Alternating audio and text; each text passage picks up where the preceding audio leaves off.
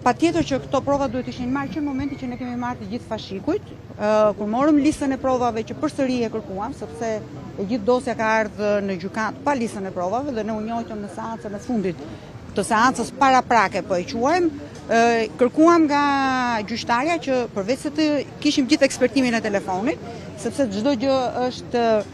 e ndërtuar si një fabul, pra po themi, për të krijuar një perceptim, për të krijuar një iluzion optik dhe mendimi në aspektin e mesazheve të caktuara telefonike, pavarësisht se mesazhet telefonike nuk përbënin asnjë vepër penale, por kërkonin thjesht për të krijuar një,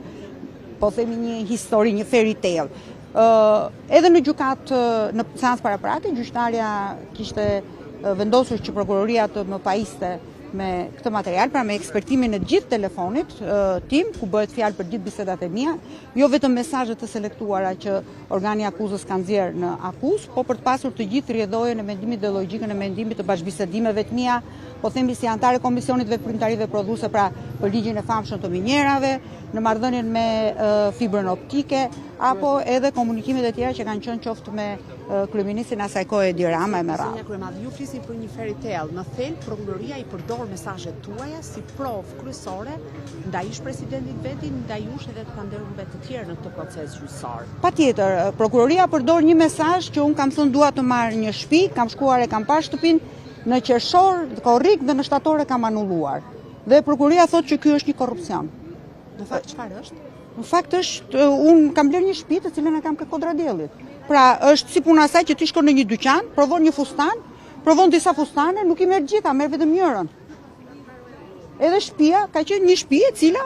shkuar, por ajo thotë pretendon që kjo shtëpi është marrë si premtim për ligjin e minjerave që ka të bëjë ligjin 134 i 2014-s, për të cilën ky ligj e para një shtëpia nuk ekziston, por e dyta dhe ligji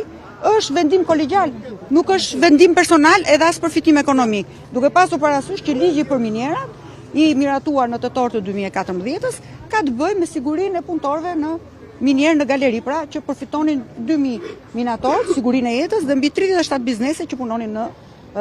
po themi në Bulqiz. Nga ana tjetër, apo 50 biznese janë në gjithë sistemin minerar. Dhe nga ana tjetër, një shtëpi e porositur 6 muaj përpara se ligji të vinte në parlament. Një ligj i propozuar jo nga Monika Kryemadhe, po i propozuar nga Ministria e Industrisë asaj kohe, ministri Damian Gjiknuri, kryeministër Edi Rama, besoj se të gjithë keni parë fjalimin e tij në parlament, për ligjin dhe një komision i veprimtarive prodhuese i drejtuar nga Eduard Çalci dhe një deputet relator që ishte Nami Kopliku. Do t'i kërkoni si dëshmitar gjithë? Patjetër, ne do t'i kërkojmë të gjithë ta si dëshmitar, sepse një nga akuzat është çështja e ligjit për minjerave, pra po themi korrupsion ose influencë në ndërhyrje, pra influencë për përfitim financiar, patjetër që do të vinë sepse nuk mund të jetë një vendim kolegjial përgjegjësi penale. Aq më shumë që i bie që vendimi kolegjial për ligjin për minjerat është me 72 deputet. Kështu që personat propozues dhe administrues të këtij projekt ligji ka qenë qeveria shqiptare me Ministrinë e Industrisë dhe kaluar në gjithë ankën parlamentare. Ndërkohë që nga ana tjetër, koherenca e pretendimeve që ngren akuza, pra akuzën e ngren me 3 mesazhe, por nëse un pas kam 3 mesazhe, cila është rrjedhoja gjithë logjikës së bashkëbisedimit tim, po themi, me pronarin e shtëpisë, dhe tjetra, ti si e quan këtë premtim? A ka një kontratë premtimi që biznesi i ka ofruar Monika Kryemadhe që ti më voto ligjin dhe unë do t'jap një vir? Të gjitha këto pra janë thjesht ngarkim emocional ose për të ndërtuar një qasje emocionale të opinionit publik nëpërmjet mesazheve telefonit, duke pasur parasysh që nëpërmjet mesazheve njerëzit komunikojnë e tjera gjëra me radhë dhe për të krijuar, po themi, një intimidim apo edhe një, po themi, iluzion komplet tjetër të realitetit çfarë ndodh në dosje. Zënia Kryemadhe, hetimi ju ndau me zotin Meta, ju divorcet pas 27 vjetësh, mos ndoshta gjykimi do t'ju bashkojë, duke qenë se jeni në të njëjtën trase për kërkuar Shiko, Klodi, ka 2 gjëra komplet të ndryshme nga ato që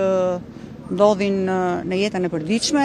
Unë e mbarova Big Brotherin tim për të folur për emocionet, tani fillon betejë ligjore dhe me drejtësinë, por jo vetëm me drejtësinë, edhe për sa i përket betejës që ka të bëjë me opinionin publik, duke patur parasysh që e kam thënë gjithmonë dhe vazhdoj ta them, një sistem drejtësie që funksion me regji politike dhe një sistem drejtësie i cili kërkon të bëjë statistika. Aq më shumë duke mbajtur Ilir Meta në burg dhe Erion Veliaj në burg, për të thënë që kjo klasë politike tani e bëri shpagimin e saj, nuk ke më reagim të opinionit publik, kemi statistika, kemi numra dhe vazhdojmë ecim përpara si në kohën e Partisë Punës, ku ligjin e bën kryetari i partisë, drejtsinë e bën kryetari i partisë, gjumimin, po themi, edhe gjykimet i bën kryetari i partisë, i cili është Edi Rama.